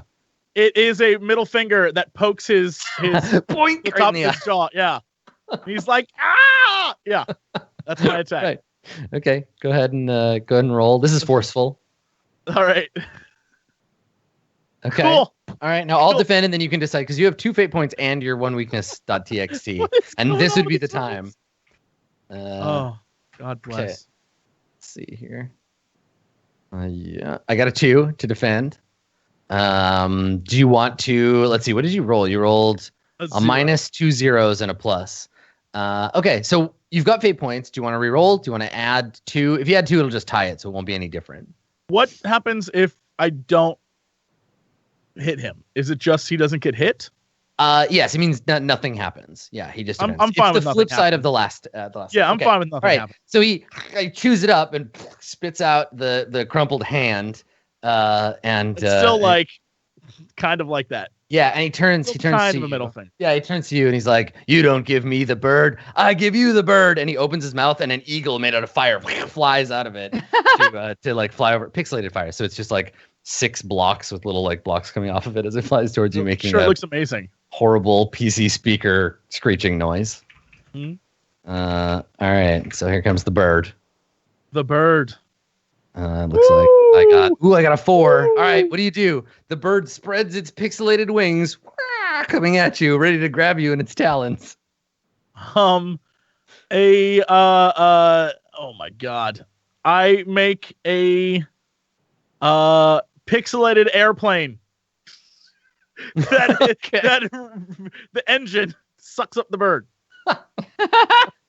Okay, sure, it's direct. Okay, sounds good. But it's been, it's like a 40s bomber and it's a propeller. And of course. I wouldn't have Perfect. knowledge of modern airplanes. That'd be weird. Okay. I have no idea what this roll would be. I mean, it sounds like you're just approaching it head on, so it sounds forceful to me.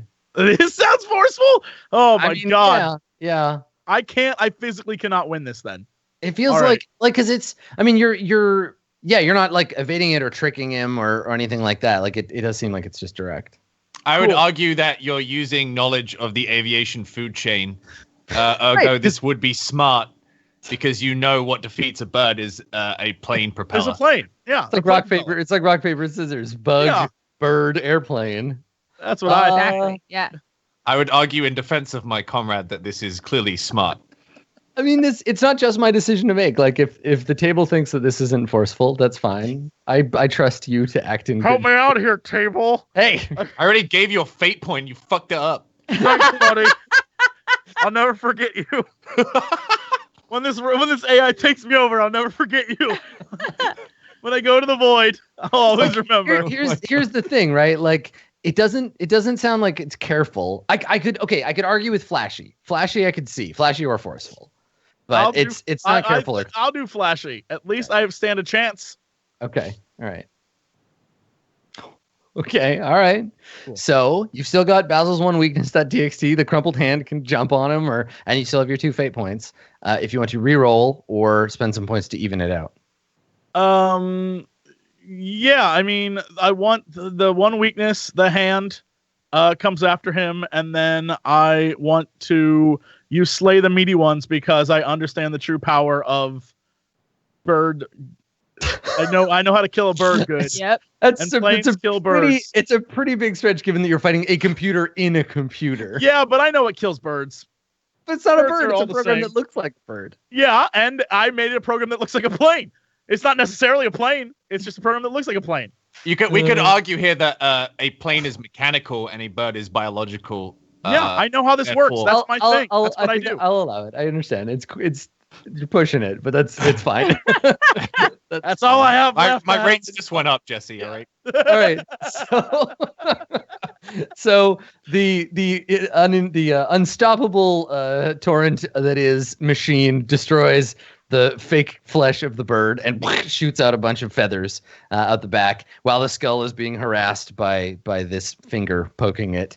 What are you gonna do? It's your turn. I create a program called Bucket.exe and it's filled with water, and I pour it on the flaming skull. Nice, simple, straightforward. Okay. Flashy probably for that one then.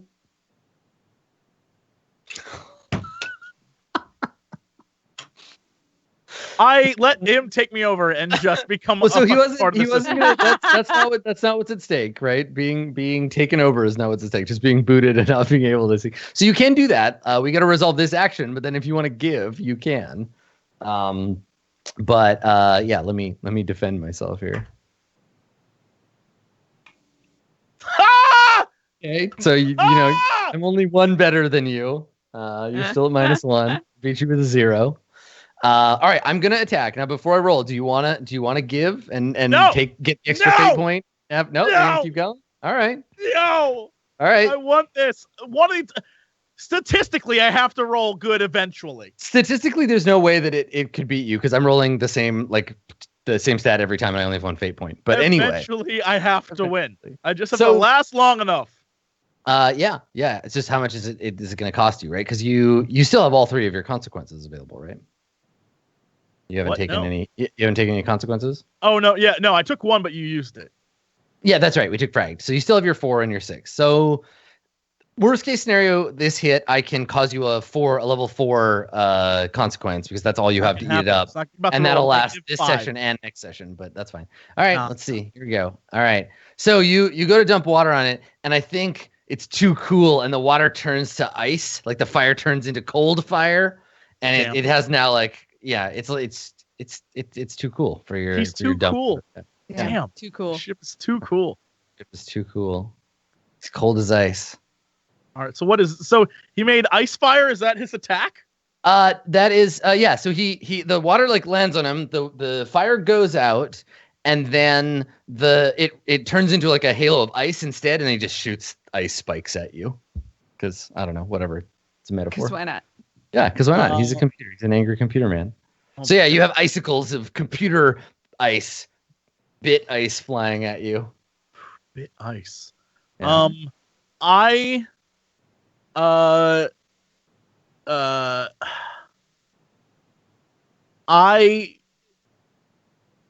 While all this is going on up above in the system, I am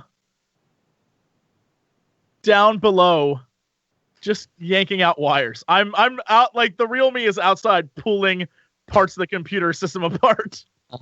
Just trying to like pull out hard drives and like mess with it and try to take out RAM. So whatever the equivalent of RAM is. Because it's the 80s, right? We're just seeing you pull out like floppy disks and throw them in the garbage. Yeah. And so you're looking for the disc that says like, cold as ice or whatever written on it in Sharpie. Yeah. Okay. All right. So let's see if you can get to it before the ice hits you. This is quick. Yeah, just yanking out material.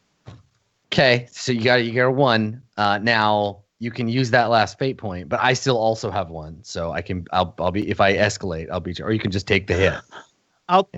Sure. This is so dumb. I'll take the hit. Okay. All right. So what should we call this? We should call this one. Because this is going to be a consequence that sticks around a little while, this session and the next one. What do you want to call it? Like something about how like the flesh is slow, right? Because this is about your body, your physical body not being able to like good enough to win this. If you were a full-on computer, if you were free of this fleshy sex bot, you could have just rolled over this guy. Yeah. Yeah. I guess we'll call it. What is it like? Not weaknesses of the whatever that is of the flesh, temptations of the flesh, something of the flesh. It doesn't matter. Okay. I don't care. I've never rolled this bad ever before in anything. Okay, so this is disheartening. It should be a joke about penises and cold. Yeah. Yeah. We'll call it weakness of the flesh for now. You'll get to change it on the next session when it transforms. Awesome. Great. Yeah. Cool. I feel what Pokket felt that one day. I get it deep in my soul. When I laid eggs. I feel you. Yeah. I feel you. Right now. Egg day. Living that Pokket life. Yeah. Yeah. Okay. All right. So your on-screen avatar starts to freeze, and I think we see your sexbot body like seize up as you reach for the drive, and we can see in it has like graffiti style written like cold as ice.exe on one of those big ass floppy disks that's plugged into the machine, and the skull just like cackles at you like ha ha ha, too slow. And then like starts like hovering towards you, like it's gonna come get you, but you're still in the fight. You can still act. What do you want to do? How you? Yeah, I don't need your compel. Okay. I don't need your compel because I think we're on the same page. I just can't remember her name right now. It's killing me. The other ship's name. I had it Penny? written down. I can't find it. Oh, But Penny, was it Penny? Penny. Yeah, she was named after the penetration drive. Yeah, the penetration drive. That's you're absolutely right. I realized that there's no possible way that I can take over the ship is just too. It's impossible for me to take over the ship. So I upload Penny to the drive and have her have a go at it. Because okay, so you want to use her as backup? Mm-hmm. Okay. So we see you like kind of freezing up and you can't reach the keyboard, and then this terrifying little teddy bear climbs up in your lap and like and starts typing for you. Okay. So do you want this to be an attack, or do you want to create a Penny backup like aspect? I mean, I want to like directly load Penny software into this thing. I don't want Penny to like start hacking it. I want to like jack Penny in instead of me. Okay. I want to make the ship into Penny rather than me. You can't change the conditions of the conflict until it's over. This is a fight between whether you get if you win the conflict, you can do that. So this is more using the bear. Wait, hold my bear. This is the bear like doing the attack for you, but it's just flavor for you attacking. So this can be a clever attack if you want using your Sure. Your friend. We'll use Penny. Okay. All right. Oh, nice. All right, here we go. Took a little toy bear to make this happen, to make that roll happen. Beautiful. So you got a 4 on your attack. All right. I tied you. Now we've both got some points. We can keep this going. Do you want to use the point? Because I will also, or you can just it's pointless. It's pointless to use that point. Okay, now you attacked, and it's a tie with me. So you'll get a boost. So while you don't actually get any, you don't get any progress. You do have like essentially a new free point. So we'll put Penny on there. So Penny starts typing away for you, and now I don't know what is Penny the penetration drive look like in the ship? Are we just seeing like ASCII dicks flying around, or no? It's there is like the strongest, like buffest, sexiest woman who ever existed. But like those 70s chrome robots. Yep. With like pure like cone nipples. That shit. Yeah. I mean, I know exactly. She has like heels and she's strutting out and like, oh yeah. Yeah. Okay. Perfect. In fact, I have art for it. There you go. That's what she looks like, chat. So yeah, chrome Perfect. Chrome lady just comes out and she's just like walking back and forth in her giant high heels. And so she's there in the system. Okay. All right. So he the skull laughs and he says, you think you can outnumber me? I'm everywhere. And the skull goes like whoop, whoop, whoop, and like splits into like 1,000 skulls, and they're all laughing in perfect unity. And then it tries to destroy you with its horrible laughter thought wave. And I get 4. Sorry. I attempt to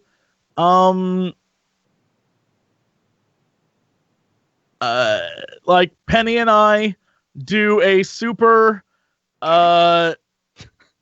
Yeah. Yes. Like Penny. Todrick, yes. And then what happened? I can't wait. Penny grabs my little stick figure me and like throws me above the many skulls that are I'm approaching. compelling you. Right now. Okay, to do what? You and Penny do a Dragon Ball Z style fusion and But become that's Super Penny, who I looks was like thinking that Volgar the too. Viking, but a robot lady. I was thinking that too, but we're trying to defend. Like that would be my attack. I have to defend, like, No. This bolsters your defenses. Is that allowed? If that's allowed, Adam, I'll totally do it. I just thought that was an attack move. Well, the way you describe it doesn't really matter. All that helps us do is determine what stat you're using. So this is more of a suggestion than a compel because you're taking the defend action no matter what. So can this be a compelled to create a boost?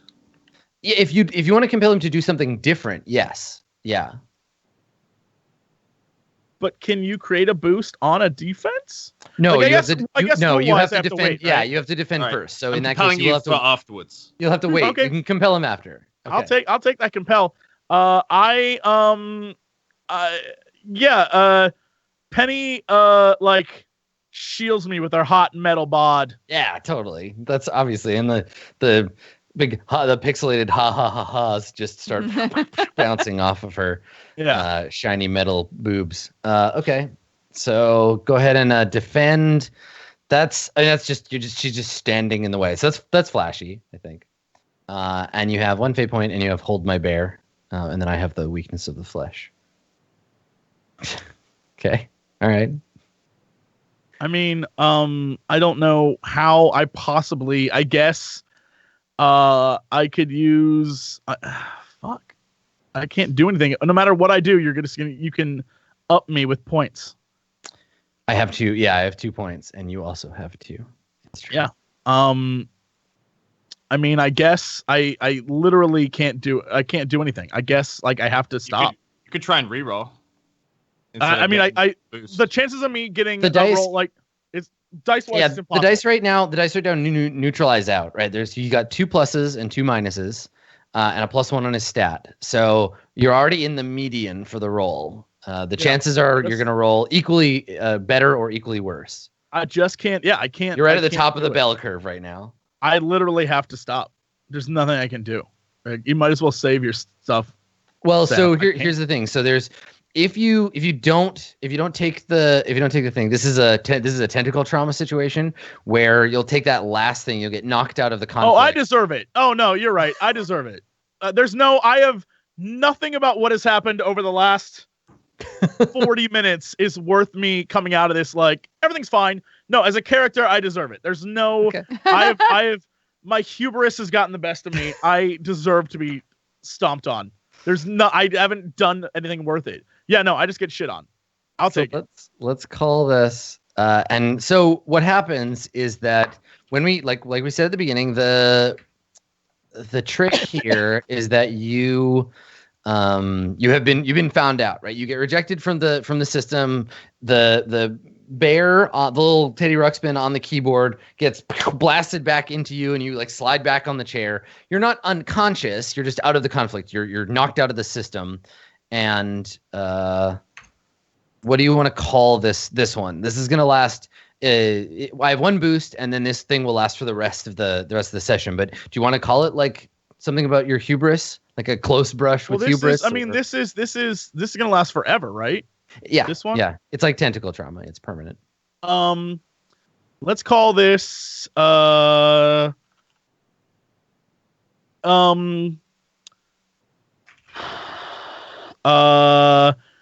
penny saved is a penny earned.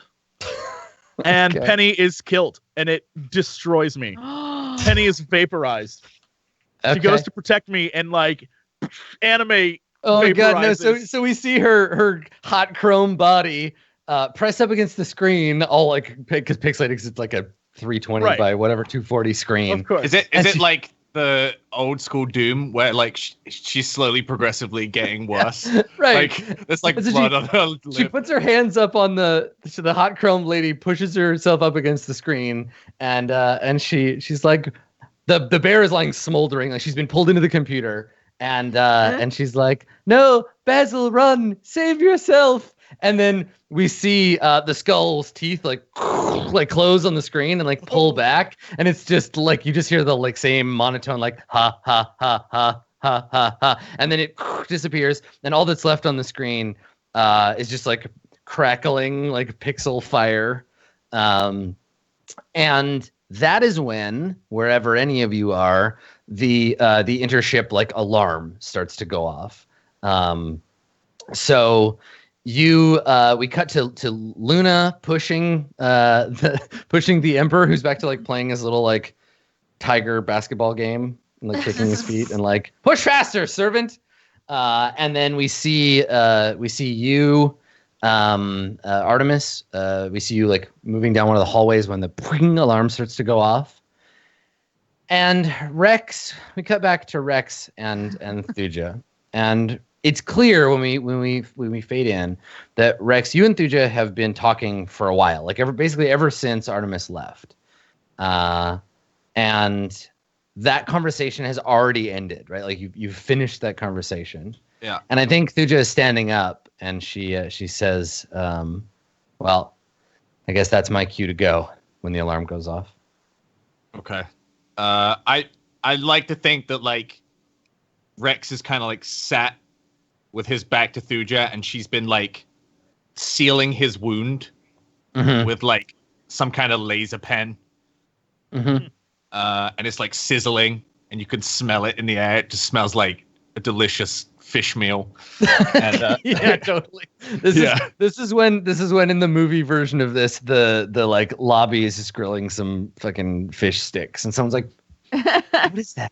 Yeah. And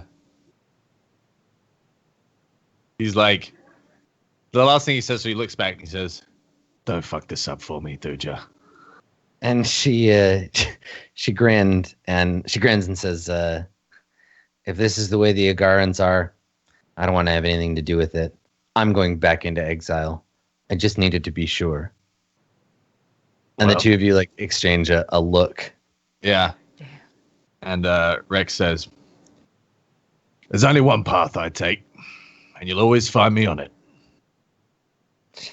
She nods and sighs, and she says, "That's what I thought." And before you leave, right? You go, and you're like zipping up your spacesuit or whatever, your outlaw spacesuit. You turn to leave the room. She says,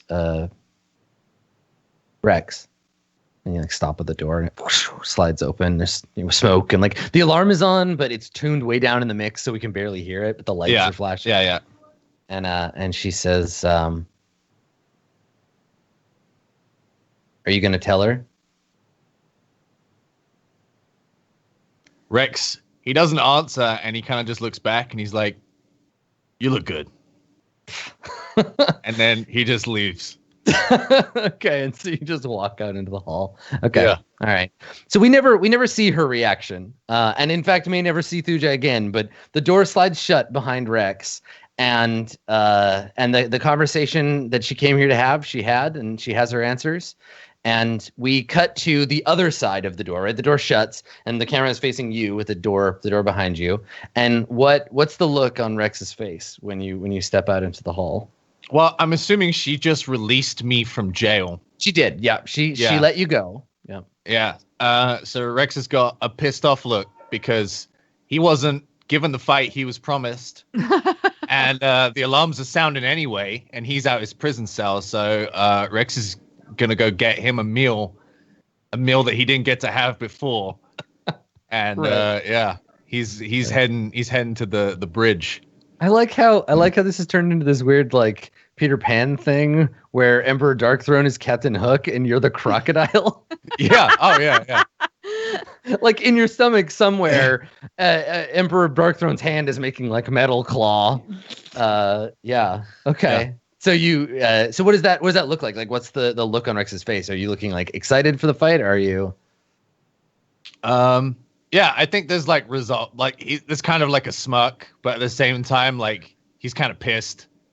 and he like flexes his shoulder a little bit and looks up, and there's like like a stupid like pimped out sign that says like bridge, bathrooms. Yeah, of and course. he just kind of like turns left and Yeah, it's written in a really hard to read, like kind of drippy font. yeah, like metal italic. Yeah. Yeah. All right, and so you're heading towards the bridge. Yeah. Okay. So we see you storm off that way. Artemis, where did you go when you left? Like, where were you headed? I wanted to make my way back to the room that everybody was held in and kind of figure out what the like try to hide as I go, but figure out what the situation is. See if I can overhear where everybody else is, or if they're still in there, or what's going okay. on. So you want to hide basically first is your first step. Okay. Well, let's see what that looks like. Why don't you make a sneaky roll to see if you can fade into the shadows. It's a 1, but I have my stunt, so it's a 3. Okay. All right. So you got a 3. Okay. So let me roll against you. I'll just roll like a generalized sort of sentry roll for the ship. Okay. Yeah, I got a nice one. Fuck you, ship. Okay. All right. So you like fade into the shadows, and we see some guards like go running by with their spears. And there's another guard that comes running up to them, and they're right in front of you, but you're hidden in the shadow.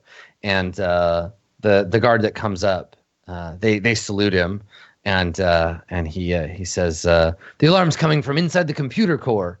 And one of the other guys is like, "Not the computer core." "Yes, the computer core. We've got an intruder." And they turn and they look at each other, and then they run off towards the. I like to think right behind them there's a sign that says "computer core" this Of course, way. yeah, Great. Yeah.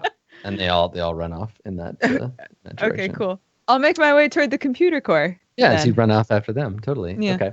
All right, and then meanwhile, Luna, we come back to you, and you're pushing the throne.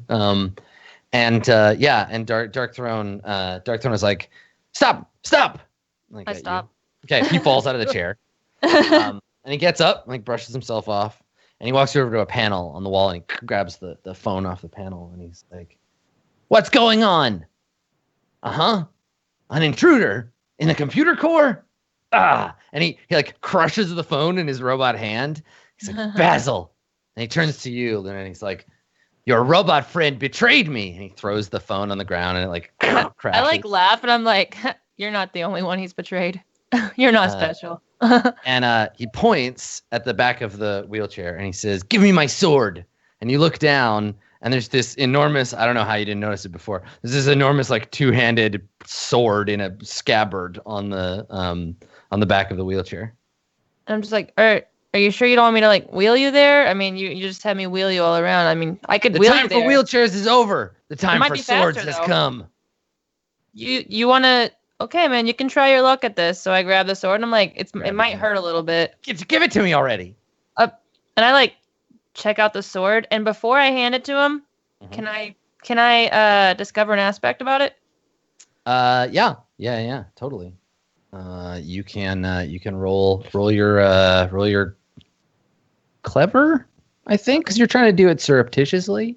Yeah. Oh yeah, his arm bit off syndrome is gone now. Okay, you got a 3. Yeah. All right. Just set that. Okay. Yes, yeah, you do it. Okay, so let's see. Let me take out his character sheet here. He is. All right, and if you can find a way to use this against him, you are welcome to do so. You have a free boost on it. He is trained in the way of the sword. Because while the rest of you are going to parties, he was learning the way of the blade. So nice. he's just like, give me the sword. And you pick it up and you look at it. And as you pass it to him, he grabs the handle of it. And it's like huge. It's like a Conan the Barbarian size, like 80s fantasy movie sword. And he draws it from its sheath. and it begins to glow with a baleful red light. And you can see that its blade is carved to look like skeletons fighting with demons, and there's probably like some naked ladies in there. And he draws it out, and it's glowing with this red light. And he looks up at you, and he says, "Looks like I'm gonna get to kill somebody today." And he storms down. Well, the as he hallway storms past down, like, remember the ball. It's gonna help you. I mean, remember the ball, Emperor. remember the ball. Perfect. And that's the last scene, is him storming by with his enormous sword, and you're just like, the ball, use the ball. Awesome. All right. So we fade to commercial break. We're going to take a short break here. And when we get back, we got 2 more hours of RollPlay Nebula Jazz coming at you. Don't go anywhere. Hell yeah. We'll be right back.